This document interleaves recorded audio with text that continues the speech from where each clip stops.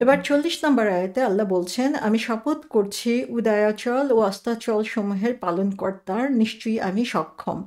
তো এখানে আল্লাহ বলছেন, ফালা উকসিমু বিরাব্বিল মাশারিকি ওয়াল মাগারিবি ইন্না লা কাদিরুন, যে আল্লাহ এখানে শপথ করছেন। আল্লাহ এই কথাগুলো বলার পরে ফা যে সো সব কিছুর পরে এতক্ষণ ধরে আল্লাহ সুবহানাহু ওয়া তাআলা এই সূরাতে যা কিছু বলে এসেছেন ৩৯ নম্বর আয়াত পর্যন্ত সমস্ত কিছু এক্সপ্লেন করার পরে আল্লাহ বলছেন, সো এখন as a consequence at the conclusion তোমাদের কি বলা হচ্ছে সেটা হচ্ছে লা উকসিমু, যে এখানে আল্লাহ সুবহানাহু ওয়া তাআলা বলছেন যে আমি কসম করছি।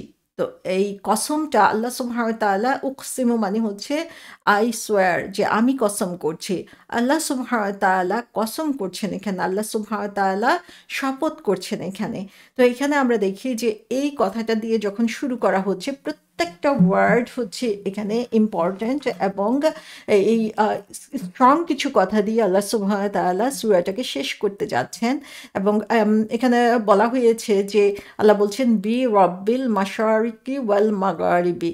বি মানে হচ্ছে উইথ, কে রব্বিল মাশারিক, যে যিনি হচ্ছেন মাশারিকের রব। মাশারিক মানে কি? মাশারিক মানে হচ্ছে পূর্ব দিক। সো পূর্ব দিকের যিনি রব, এখানে মাশারিক শব্দটা হচ্ছে প্লুরাল, মানে অনেকগুলো পূর্ব দিকের কথা বলা হয়েছে, সমস্ত পূর্ব দিক সমূহের রব তিনি।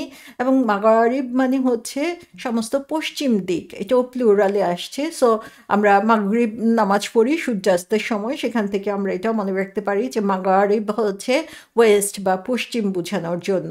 এখানে আল্লাহ সুবহানাহু ওয়া তাআলা যে শপথটা করছেন, সেই শপথটা করছেন হচ্ছে আমাদের রবের নামে। এবং সেই রবের পরিচয়টা কি? এখানে আমরা দেখি যে রব হচ্ছেন রব্বুল মাশারিকি ওয়াল মাগারিবি, তাহলে পূর্ব এবং পশ্চিমের রব। তো এখানে আমরা দেখি যে রব শব্দটা দিয়ে কি বোঝায়? রব শব্দ মানে হচ্ছে মাস্টার বা ক্রিয়েটর, যিনি সৃষ্টি করেছেন, যিনি আমার রব, যিনি আমার প্রয়োজনীয় জিনিস প্রোভাইড করে থাকেন, যিনি আমার জীবন ধারণের জন্য যা কিছু প্রয়োজন সেগুলো তিনি সাপ্লাই দিয়ে থাকেন, তিনি আমার গ্রো আপের জন্য, ফিজিক্যালি, মেন্টালি, স্পিরিচুয়ালি গ্রো আপের জন্য যা কিছু লাগে সেগুলো তিনি আমাদেরকে দিয়ে থাকেন। এবং রব শব্দটি থেকে তারবিয়া শব্দটি এসেছে, এবং তারবিয়া শব্দের অর্থ কি আমরা জানি, যে যেটা হচ্ছে প্রশিক্ষণ দেওয়া। তো রব হচ্ছেন তিনি, যিনি আমাকে এই প্রশিক্ষণ দিয়ে যাচ্ছেন, আমাকে গ্রো আপ করছেন, আমার প্রয়োজনীয় যিনি সাপ্লাই দিচ্ছেন। এবং আমরা যখন কোনো জিনিসের শপথ করি, তার মানে হচ্ছে আমরা জিনিসটার অথেন্টিসিটি বোঝানোর জন্য চেষ্টা করি। আর আল্লাহ সুবহানাহু ওয়া তাআলা যখন তার নিজের নামে তিনি শপথ করছেন, সেটা হচ্ছে অনেক বড় ধরনের একটা শপথ, যে এটা যে কত হেভি সেটা এখান থেকে আমরা বুঝতে পারছি। এবং তারপরের কথাটা হচ্ছে আমাদের জন্য খুবই খুবই গুরুত্বপূর্ণ।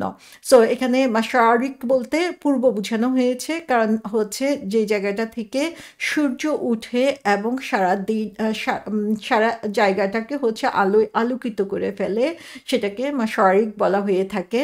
এবং মাগারিব হচ্ছে, আমরা আগেই বলেছি, যেখানে সূর্য অস্ত যাচ্ছে। গার্ব মানে হচ্ছে ভ্যানিশ হয়ে যাওয়া। সো সূর্য যেখানে অস্ত যাচ্ছে সেটাকে মাগারিব বলা হচ্ছে। সো অ্যারাবিক যে ইউজ, সে অ্যারাবিক ইউজের মধ্যে দেখা যায় যে আম, আহ, কাকের একটা নাম হচ্ছে গুরাব। এবং তাদের একটা সুপারস্টিশন বা কুসংস্কার ছিল যে কাক হচ্ছে দুর্ভাগ্যের লক্ষণ। সো ইভেন যখন কাক দেখতো তারা তারা মনে করতো যে মৃত্যু চলে আসছে, এরকম একটা সময় তাদের জন্য। সো তার এই গুরাব শব্দটা, তখন তারা সেই কাককে তাড়ানোর জন্য গুরাব বলতো, যে গো ওয়ে, যে ভ্যানিশ হয়ে যাও, কারণ তারা ব্যাড লাকটা চাইতো না। এবং সেখান থেকে এই গরাবা শব্দটি এসেছে। এবং এখানে আল্লাহ সুবহানাহু ওয়া তাআলা নিজেকে পরিচয় দিচ্ছেন রব্বিল মাশারিকি ওয়াল মাগারিবি বলে, যে তিনি হচ্ছেন পূর্ব এবং পশ্চিমের রব। তো এটার ব্যাখ্যা কি হতে পারে, এ ব্যাপারে তাফসীরকারগণ বিভিন্ন ব্যাখ্যা করেছেন। একটা হচ্ছে যে আমরা পৃথিবীর যে কোনো প্রান্তেই থাকি না কেন, সব জায়গায় হচ্ছে একটা অপোজিট সাইড থাকবে। যেমন আমি যদি পূর্ব দিকে মুখ করে থাকি, তাহলে পশ্চিম কোথায় হবে? পশ্চিম হবে ঠিক আমার পিছনে। আবার কেউ যদি পশ্চিম দিকে মুখ করে থাকে, তাহলে পূর্ব দিক হবে ঠিক তার পিছনে। সো এখানে আমরা যে জিনিসটা দেখতে পাচ্ছি যে প্রত্যেক ইন্ডিভিজুয়ালের জন্য, প্রত্যেকের জন্য সে যেই অবস্থানে থাকে তার ইস্ট এবং ওয়েস্ট হচ্ছে ডিফারেন্ট। সো যেখানেই সে দুনিয়ার যে জায়গায় সে মুভ করে থাকুক না কেন, তো এর মানে হচ্ছে যে তুমি যেই অবস্থানে থাকবে সেই অবস্থান অনুযায়ী তোমার পূর্ব এবং পশ্চিম ভেরি করবে, ডিফারেন্ট হবে। এবং সেই পূর্ব পশ্চিম ভেরি হওয়ার কারণে যে এটা আমাদের লোকেশন অনুযায়ী, আমাদের পার্সপেক্টিভ অনুযায়ী চেঞ্জ হবে, এবং আল্লাহ সুবহানাহু ওয়া তাআলা এই সমস্ত ডিরেকশনেরই এখানে শপথ করছেন। এবং সে কারণে আমরা দেখি এখানে বহু বচন ইউজ করা হয়েছে, কারণ আমরা দেখি পূর্ব এবং পশ্চিম দিক বলতে একটা দিককেই আমরা দেখছি যে পূর্ব একটা দিক, পশ্চিম একটা দিক, কিন্তু আমরা আমাদের অবস্থান অনুযায়ী আসলে বিভিন্নভাবে এই পূর্ব দিকটাকে আইডেন্টিফাই করতে পারি বা পশ্চিম দিকটাকে আইডেন্টিফাই করতে পারি। সো আল্লাহ সুবহানাহু ওয়া তাআলা এটা আমাদেরকে রিফ্লেক্ট করতে বলতে পারেন এখানে যে তুমি যে অবস্থায় থাকো সেই অবস্থা অনুযায়ী তুমি তোমার রবকে নিয়ে চিন্তা করো, যে তোমার পার্সপেক্টিভ তখন যেদিকে সেটাই তোমাকে বোঝার জন্য চেষ্টা করতে হবে। সায়েন্টিফিক একটা ব্যাখ্যা রয়েছে এই আয়াতের, সেই ব্যাখ্যাটা হচ্ছে আয়াতের বলতে হচ্ছে কেন বহু বচন বলা হয়েছে পূর্ব এবং পশ্চিমকে এখানে। কারণ হচ্ছে আমরা যদি এখানে একটা বিউটিফুল পিকচার আছে, যে পিকচারটাতে আমরা দেখি যে প্রত্যেক মাসের সূর্যোদয়ের যে সময়টা, সেই সময়টাকে এখানে চিহ্নিত করা হয়েছে। যেমন এই প্রথম থেকে হচ্ছে জানুয়ারি থেকে শুরু হয়েছে, জানুয়ারি ফেব্রুয়ারি করে একদম ডিসেম্বর পর্যন্ত এসেছে। এখানে আমরা দেখি যে প্রতি মাস অনুযায়ী সূর্যোদয়ের সময় এরিয়াটা চেঞ্জ হয়ে যাচ্ছে। যদিও আমরা জানি সূর্য পূর্ব দিক থেকে আসে, কিন্তু আপনারা দেখেন যে বিরাট একটা চেঞ্জ এখানে, যে পূর্ব দিকের মধ্যে একটা বিশাল এরিয়াকে এখানে কাভার করে একটা অ্যাঙ্গেলের মতো করে পুরা সারা বছর ধরে সূর্যটা উঠছে।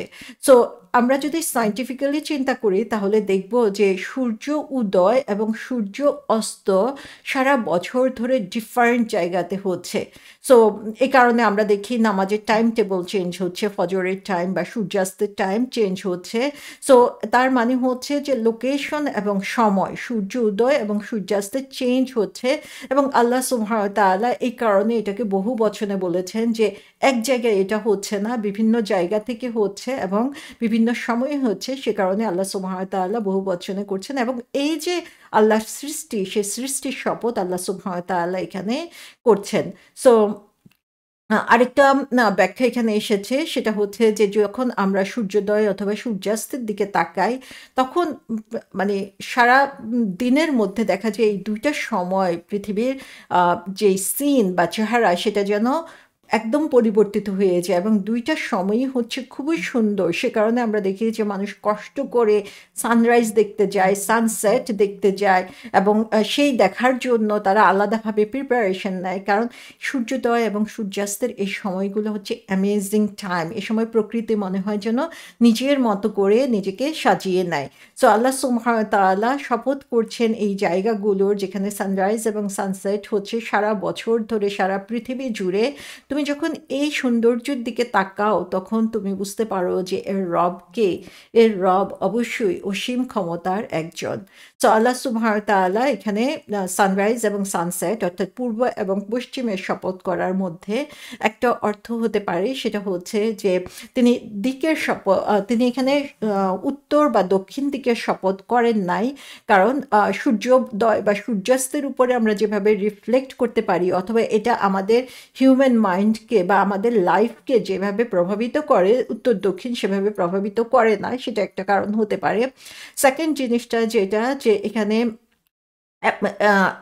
অন্যকে অ্যাপ্রিসিয়েট করার একটা শিক্ষা এখানে রয়েছে, যে আমরা যখন সূর্য উদয় হতে দেখি তখনই আমরা সূর্যাস্তের যে গুরুত্ব সেটা বুঝতে পারি, এবং যখন সূর্যাস্ত হয় তখন সূর্য উদয় হওয়ার সময়টার গুরুত্ব আমরা বুঝতে পারি। সো অপোজিট জিনিসের অবস্থানের মাধ্যমে আল্লাহ সুবহানাহু ওয়া তাআলা আমাদেরকে এই দুইটারই গুরুত্ব সম্পর্কে অ্যাপ্রিসিয়েট করার সুযোগ এখানে করে দিয়েছেন। কারণ আমরা জানি যে পৃথিবীতে অনেক দেশ রয়েছে যেখানে হচ্ছে খুব অনেক দেশ না বা বেশ কিছু দেশ রয়েছে যেখানে এখানে হচ্ছে কখনোই সূর্য অস্ত যায় না। সো তারা জানে যে সূর্য অস্ত যাওয়ার গুরুত্বটা মানে কত গুরুত্বপূর্ণ আমাদের জীবনের জন্য। এবং আরেকটা জিনিস এখানে আমরা দেখি, এই যে সূর্যের উঠা এবং সূর্যের অস্ত যাওয়া, এই দুইটা জিনিস আমাদেরকে স্মরণ করিয়ে দেয় আমাদের জীবন এবং মৃত্যুর কথা। এই দুইটা জিনিস, দুইটা বিপরীত জিনিসের কথা স্মরণ করিয়ে দেয়। সেই বিপরীত জিনিস হতে পারে আমাদের গাইডেন্স, হতে পারে এটা আমাদের মিসগাইডেন্স। গাইডেন্সকে সবসময় আলোর সাথে তুলনা করা হয়েছে এবং মিসগাইডেন্সকে সবসময় অন্ধকারের সাথে তুলনা করা হয়েছে। সো আল্লাহ সুবহানাহু ওয়া তাআলা আমাদেরকে এই জীবন এবং মৃত্যুর যে রহস্য বা গুরুত্ব, সেটা বুঝার এবং সাথে সাথে আমাদের জীবনে আলোর এবং অন্ধকারের প্রয়োজনীয়তা, আমাদের জীবনে আল্লাহর পথ থেকে সঠিক যে দিক নির্দেশনা বা গাইডেন্স, সেটার যেমন প্রয়োজন রয়েছে, সেটা আল্লাহ সুবহানাহু ওয়া তাআলা এখানে তুলে ধরছেন। এবং এই আমাদেরকে চুজ করার যে আমরা কোন জিনিসটার উপরে গুরুত্ব দিব, সেটাও আমরা এখান থেকে বের করে নিব। সো আল্লাহ সুবহানাহু ওয়া তাআলা আমাদেরকে দুনিয়াতে খুবই অল্প সময়ের জন্য দিয়েছে। যদিও আমরা মনে করি যে কতদিন হয়ে গেল, সময় কাটে না, কিন্তু আসলে আমাদের জীবনটা খুবই ক্ষুদ্র। এবং আল্লাহ সুবহানাহু ওয়া তাআলা এই যে ইনস্ট্রাকশনগুলো এই সূরাতে দিয়ে দিয়েছেন, খুবই ছোট ছোট ইনস্ট্রাকশন, কিন্তু টু দ্য পয়েন্টে দিয়ে দিয়েছেন, যাতে আমরা কুইকলি বুঝতে পারি এবং কুইকলি এটার উপরে আমরা রিফ্লেক্ট করতে পারি। তো আল্লাহ সুবহানাহু ওয়া তাআলা আমাদেরকে রিফ্লেক্ট করার জন্য, শিখার জন্য, এগুলো চিন্তা করে রবকে চিনার জন্য আল্লাহ সুবহানাহু ওয়া তাআলা আমাদেরকে এভাবে বিভিন্ন জিনিসের শপথ করে থাকেন। এবং এই শপথের মাধ্যমে আল্লাহ সুবহানাহু ওয়া তাআলা আসলে আমাদের দৃষ্টিভঙ্গির পরিবর্তন চান। আল্লাহ চান যে যিনি এই পৃথিবীর সৃষ্টি করেছেন, যিনি ইস্ট এবং ওয়েস্ট সৃষ্টি করেছেন, যিনি আমাদেরকে আলো দিয়েছেন, অন্ধকার দিয়েছেন, যিনি আমাদেরকে গাইডেন্স দিয়েছেন এবং মিসগাইডেন্স থেকে বাঁচার উপায় বলে দিয়েছেন, সেই রবের ব্যাপারে আমরা সচেতন হব, সেই রবের কাছে আমরা সাবমিট করব এবং এর মাধ্যমে আমরা আসলে চিন্তা করব। এবং আল্লাহ সুবহানাহু ওয়া তাআলা যারা অবিশ্বাসী, তাদের যে ক্লেম, সেটাকে এখানে নালিফাই করে দিয়েছেন, যে তোমরা কিভাবে চিন্তা করো যে তোমাদের কোনো ফাইনাল রিটার্ন থাকবে না, তোমাদেরকে হিসাব দিতে হবে না, তোমাদেরকে পুনরুজ্জীবিত করা হবে না, বরং আল্লাহ সুবহানাহু ওয়া তাআলা ক্ষমতা সম্পর্কে তোমরা চিন্তা করো না। তো আল্লাহর এই ক্ষমতা সম্পর্কে তোমরা যদি চিন্তা করো, এর কোনো কিছুই তোমাদের কাছে অসম্ভব মনে হবে না। এ ব্যাপারে আমরা দেখি যে সূরা ইয়াসিনে বলা হয়েছে, যিনি নবমণ্ডল ও ভূমণ্ডল সৃষ্টি করেছেন, তিনি কি তাদের অনুরূপ সৃষ্টি করতে সক্ষম নন? হ্যাঁ, তিনি মহাস্রষ্টা, সর্বজ্ঞ। তাহলে আকাশ পৃথিবী সৃষ্টি করার মতো কঠিন জিনিস তিনি সৃষ্টি করতে পারেন, তিনি আরেকবার এটা কেন সৃষ্টি করতে পারবেন না? কেন তোমরা এই ব্যাপারে সন্দিহান হয়ে যাও? আল্লাহ সুবহানাহু ওয়া তাআলা এই প্রশ্ন আমাদেরকে করছেন। এবং আল্লাহ এখানে ডিসবিলিভার যারা, কাফের যারা, তাদেরকে প্রশ্ন করছেন যে তোমরা কিভাবে মনে করো তোমরা জান্নাতে চলে যাবে, অথচ এখনো তোমরা অবিশ্বাস করছো এবং ইভিল ডিড করে যাচ্ছ। যিনি হচ্ছেন এই সমস্ত কিছু সৃষ্টি করেছেন, তার চোখের সামনে থেকে, যিনি সমস্ত কিছু দেখতে পাচ্ছেন, তারপরেও তোমরা কিভাবে এই কাজগুলো করে যাচ্ছ? সূরা আহকাফে বলা হয়েছে, তারা কি জানে না যে আল্লাহ যিনি নভমণ্ডল ও ভূমণ্ডল সৃষ্টি করেছেন এবং এগুলোর সৃষ্টিতে কোনো ক্লান্তি বোধ করেননি, তিনি মৃতকে জীবিত করতে সক্ষম? কেন নয়? নিশ্চয়ই তিনি সর্ববিষয়ে সর্বশক্তিমান। সূরা গাফিরে বলা হয়েছে, মানুষের সৃষ্টি অপেক্ষা নভমণ্ডল ও ভূমণ্ডলের সৃষ্টি কঠিনতর, কিন্তু অধিকাংশ মানুষ বুঝে না। তো আল্লাহ বারবার এখানে আসলে আমাদেরকে স্মরণ করিয়ে দিচ্ছেন, মনে করিয়ে দিচ্ছেন যে আল্লাহ সুবহানাহু ওয়া তাআলার পক্ষে এটা কঠিন কোনো কিছু না। যিনি এর চেয়েও কঠিনতম যিনি সৃষ্টি করেছেন, সো তিনি একবার সৃষ্টি করেছেন কোনো ধরনের এক্সাম্পল ছাড়া, আবার তার পক্ষে সৃষ্টি করা এমন কোনো কঠিন জিনিস না। তারপরে তিনি বলেছেন যে আলা আন তুবাদ্দিলা খায়রাম মিনহুম ওয়া মা নাহনু বিমাসবুকিন, যে তাদের পরিবর্তে উৎকৃষ্টতর মানুষ সৃষ্টি করতে এটা আমার সাধ্যের অতীত নয়। সো আল্লাহ সুবহানাহু ওয়া তাআলার কাছে এটা কিছু মাত্রই কঠিন না যে আল্লাহ সুবহানাহু ওয়া তাআলা আবারও তিনি একই রকম মানুষ সৃষ্টি করতে পারবেন বা সেম মানুষকেই আবার রিক্রিয়েট করতে পারবেন। সো এখানে বলা হচ্ছে আলা আন তুবাদ্দিলা খায়রাম মিনহুম। সো তুবাদ্দিলা শব্দের অর্থ হচ্ছে কোনো জিনিসকে রিপ্লেস করা, এখানে যখন তুবাদ দিলা, এখানে আমরা তাসদিদ দেখতে পাচ্ছি, সরি নুবাদ দিলা, আলা আর নুবাদ দিলা। সো নুবাদ দিলার মধ্যে এখানে যখন আমি তাসদিদটা দেখতে পাচ্ছি, তার মানে হচ্ছে এখানে অর্থটা একটু চেঞ্জ হয়ে যাচ্ছে। অর্থটা হচ্ছে যখন রিপিটেডলি চেঞ্জ হচ্ছে, রিপিটেডলি কোনো কিছু পরিবর্তন হচ্ছে একটা থেকে আরেকটা, এটা তাবদিল থেকে এসেছে। সো আল্লাহ সুবহানাহু ওয়া তাআলা এখানে বলছেন যে এই যে পরিবর্তন মানুষের হচ্ছে, সেই পরিবর্তন বা এই যে মানুষের মধ্যে যে চেঞ্জটা আমরা দেখছি এখানে হচ্ছে খুব রিপিটেডলি পরিবর্তন হচ্ছে এখানে। তো আল্লাহ সুবহানাহু ওয়া তাআলা এখানে যে জিনিসটা আমাদেরকে দেখাচ্ছেন যে এখানে নুবাদ্দিলা বলে তিনি বুঝাচ্ছেন যে এখানে যে পরিবর্তনটা হচ্ছে, এই পরিবর্তনটা হচ্ছে অনেক বেশি পরিবর্তন হচ্ছে একটা ফর্ম থেকে আরেকটা ফর্মে, এবং নুবাদ্দিলা মানে হচ্ছে যে আমরা পরিবর্তন করছি, এই আমরা রিপিটেডলি এই পরিবর্তনটা আনছি। খায়রুম মিনহুম, যে বেটার ফ্রম দ্যাম, যে খায়র মানে হচ্ছে বেটার, উত্তম, মিনহুম ফ্রম দ্যাম। তাহলে এখানে আল্লাহ সুবহানাহু ওয়া তাআলা বিলিভারদের সম্পর্কে বলছেন যে তোমরা মনে করো, সরি ডিসবিলিভারদের সম্পর্কে বলছেন যে তোমরা নিজেদেরকে মনে করো বিলিভারদের চেয়ে অনেক উন্নত মানের, কারণ তোমাদের অনেক সম্পদ রয়েছে। তোমরা বিলিভাররা হলো অনেক কঠিন জীবন যাপন করছে, কিন্তু যখন জাজমেন্ট ডে হবে, কিয়ামতের দিন হবে, আল্লাহ সুবহানাহু ওয়া তাআলা এটাকে চেঞ্জ করে ফেলতে পারেন। সো তখন যারা বিশ্বাসী তাদেরকে তিনি বেটার ফর্মে নিয়ে যাবেন। এখনকার সময়ে তোমরা তাদেরকে যা দেখো তার চেয়ে অনেক বেশি উত্তম অবস্থানে তারা তখন থাকবে। সো এখান থেকে আমরা দেখছি যে আল্লাহ সুবহানাহু ওয়া তাআলা বলে দিচ্ছেন যে যারা হচ্ছে বিশ্বাসী, যারা হচ্ছে ঈমানদার, তাদের অবস্থান আজকে আমরা যেভাবেই দেখি না কেন এই দুনিয়ার বুকে, আখিরাতে যে তাদের অবস্থানটা হচ্ছে নুবাদ্দিলা, যে আল্লাহ সুবহানাহু ওয়া তাআলা চেঞ্জ করে দিবেন। এবং সেই চেঞ্জটা এরকম হবে যে আজকে যারা এখানে অবিশ্বাসী তারা হয়তো বা মোর পাওয়ারফুল হতে পারে, তাদের অনেক ক্ষমতা থাকতে পারে, সম্পদ থাকতে পারে, কিন্তু আল্লাহ সুবহানাহু ওয়া তাআলা আখিরাতে যে বিলিভারদেরকে সমস্ত কিছুতে তাদের চেয়ে উত্তম করে দিবেন। এবং এ ব্যাপারে আমরা দেখি যে কোরআনে বারবার আল্লাহ সুবহানাহু ওয়া তাআলা বলে দিয়েছেন যে তুমি যদি মুখ ফিরিয়ে নাও আল্লাহর দিক থেকে, তাহলে আল্লাহ তোমাকে বাদ দিয়ে এমন কোন লোক সৃষ্টি করবেন যারা হচ্ছে তোমাদের মতো হবে না।